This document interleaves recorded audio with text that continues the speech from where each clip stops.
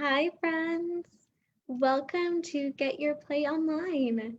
My name is Sarah Rose, and tonight we are going to be reading a story about a fish named Gerald. I know. The story is called Tiny Whale, a Fishy Tale, and it's written by Joshua George. Now, my friends, before we get started with our story, I want to invite you to get as comfy and cozy as you possibly can. And remember, that looks different day to day. So today, for me, being comfy and cozy means wearing a shirt that I really like with all of my favorite colors on it, and snuggling with one of my favorite stuffed animals. You've seen him in a few videos before if you've watched my other bedtime stories.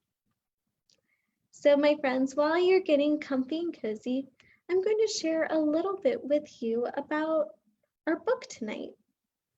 So like I said, our book is about a fish named Gerald. Now, this is kind of sticking with our Under the Sea theme for the week.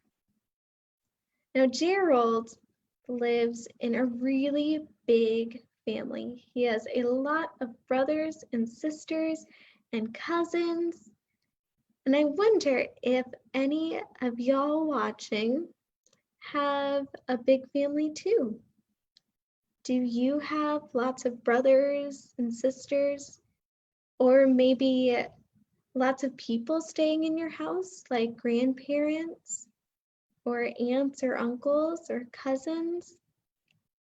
And if your house doesn't have a lot of people inside it, then have you ever been in a really big class with lots of classmates?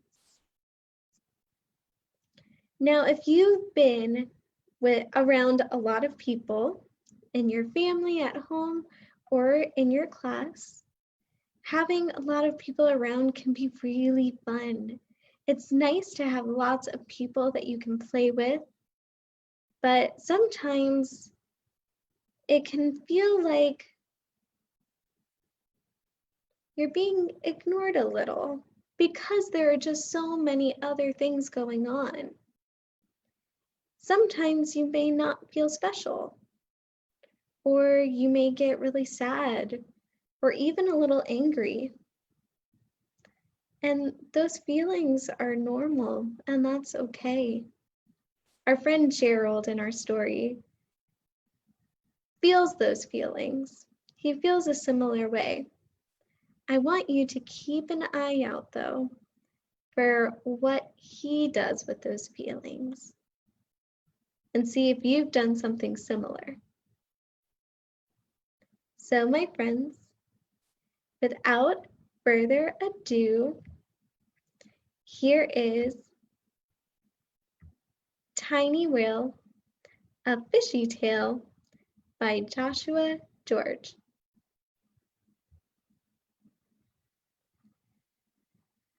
And then this says illustrated by Hui Pnios. Gerald had so many brothers, sisters, and cousins that he felt quite unimportant. His dad hardly ever took him to play in the seaweed forest. His mom hardly ever read him stories. Even his best friend Gordon didn't remember his name. His friend, he's saying, "Hi, Gordon." And then his friend says, "Hi, Gavin." There's Gerald and Gavin. They look very similar. Unbelievable, thought Gerald. I look completely different from Gavin. I don't know, can you spot the differences? Gerald was tired of being a small orange fish on a reef full of other small orange fish.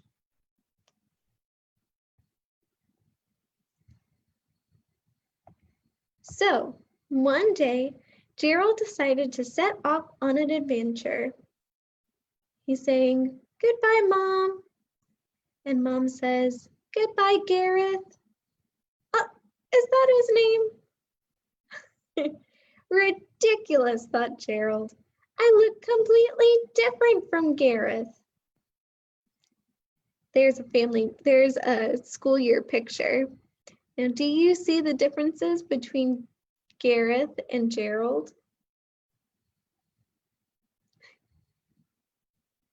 After a long, tiring, and scary swim, oh, it looks like he saw a seagull, an eel, a jellyfish, and a shark. Oh my goodness, so many animals. Gerald finally found himself at another reef. He was glad to be somewhere safe. The reef looked like the one at home, but the fish were blue, not orange. As Gerald rested, he watched a group of fish play hide and go seek. "Hey," one of the blue fish shouted. "I'm Charlie. These are my friends Chuck, Chip, Chad, and Chet. What sort of fish are you?" Gerald paused for a second. "I'm not a fish," he said. "I'm a whale." The blue fish seemed impressed. Is Gerald really a whale? No, he's telling a lie. "Yep, I'm a whale," said Gerald, "and I just swam across the whole ocean." "Wow, that's awesome. Ooh, tell us more." That's what the blue fish are saying. "Sometimes I swim down to the bottom of the ocean and catch enormous squid," he boasted, "and I'm not even scared of sharks." "Hey everyone, come and meet Tiny Whale." The bluefish are saying, "I thought whales were bigger." Gerald stayed with the bluefish all day, enjoying the attention and telling tall tales until it was time to go home. So tall tales are kind of like telling a lie, but making up a really big story around it. The next day, Gerald returned, and soon there was a big crowd of bluefish listening to his stories. The bluefish are saying, "Hey guys, it's Tiny Whale. Is it true you once jumped over a ship? How big is your mom?" Gerald stayed for dinner, which was pretty much like dinner at home, but bluer. All the fish gathered in a cozy cave with a small entrance at the top. Gerald was introduced to the oldest and wisest fish of all. He wore a red bandana and an eye patch, and he squinted and blinked as he listened to Gerald's stories. Gerald didn't like the suspicious look in his eye. It seemed like a good time to go home. It looks like the oldest and wisest fish kind of knows that Gerald is telling some tall tales. But it wasn't long before Gerald decided to visit his new friends again. However, this time when he arrived at the Bluefish's reef, it was quiet and empty. Where was everybody? Gerald thought he heard a noise, and then he saw it. A huge boulder sat right on top of the entrance to the Bluefish's cave. Oh no, they're stuck! An eye appeared in a crack at the bottom of the boulder. It was one of the bluefish. "Hey, Tiny Whale," he said. "Is that you? We're all trapped beneath this boulder. Thank goodness you're here. Can you move it? We're so lucky we made friends with a whale." Is Gerald really a whale? Can he really move that rock all by himself? No, that's right. Yep, said Gerald. "Lucky I'm a whale. This should be easy." Gerald strained and pushed until his muscles shook, but the boulder didn't move. Gerald pushed and strained until his flippers went floppy, but still the boulder didn't move. "Wait there," he shouted down the crack. "I'll be right back." Gerald swam faster than he'd ever swum before, and soon he was back home. "Stop, everybody! Listen!" he yelled. But nobody stopped. "Listen!" he shouted, but no one listened. Gerald picked up a shell. Let's say this one together. "Listen!" he trumpeted. Good job, everyone. Everybody listened. "Hey, it's Godfrey." That's not his name. "I really need everybody's help," said Gerald. "Quick, follow me." The entire school of orange fish sped across the seabed with Gerald leading the way. There's Gerald in front. None of the creatures in the sea had ever seen anything like it before. "We need to move this boulder. There are fish trapped beneath it," said Gerald. "Ready?" he called. "Now!" The fish pushed and pushed and pushed. The boulder moved a tiny bit, then a little bit more, and then with a sea-shuddering crash, it rolled away from the cave. Out of the cave streamed hundreds of cheering blue fish. "We're free! Yippee! Woo!" The oldest and wisest blue fish came swimming slowly toward Gerald. "Thank you, tiny whale," he said, and gave Gerald his bandana. "But how did you recognize me?" asked Gerald. "Because you're the only whale," said the old fish, as he blinked, or maybe winked. It was difficult to tell. Everybody cheered. Gerald couldn't believe it. Finally, everybody knew who he was. All right, my friends. Now, can you spot Gerald? Try to look for the orange fish with the red bandana. Very good. He's at the bottom. Good job, my friends. The end. Great job listening to our story. And good job helping me find Gerald at the end. So, my friends, have you ever felt like Gerald?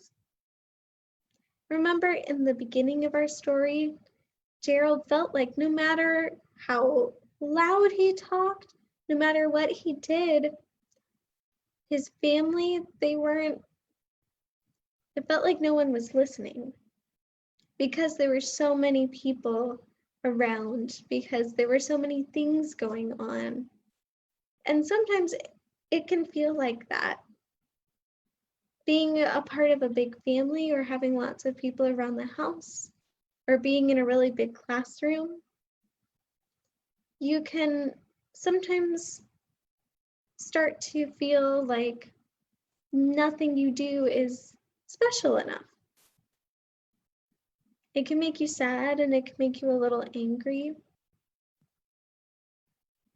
But at the end of our story, Gerald knew that he could count on his brothers and sisters and cousins to be there for him when he needed it.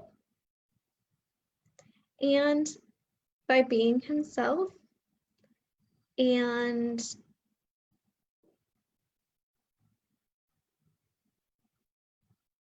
accepting that he was part of a big family at the end of our story, rather than saying he was a whale and he could move the rock all by himself. That was when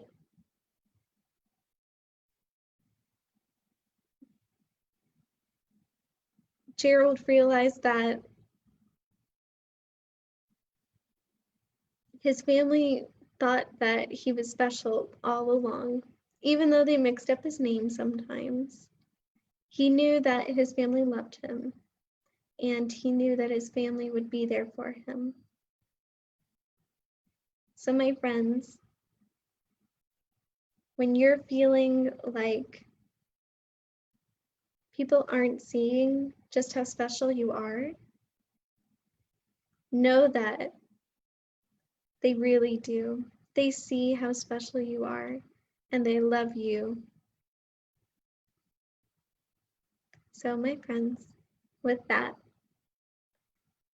thank you so much for joining me for tonight's bedtime story. I really, really enjoyed having you here.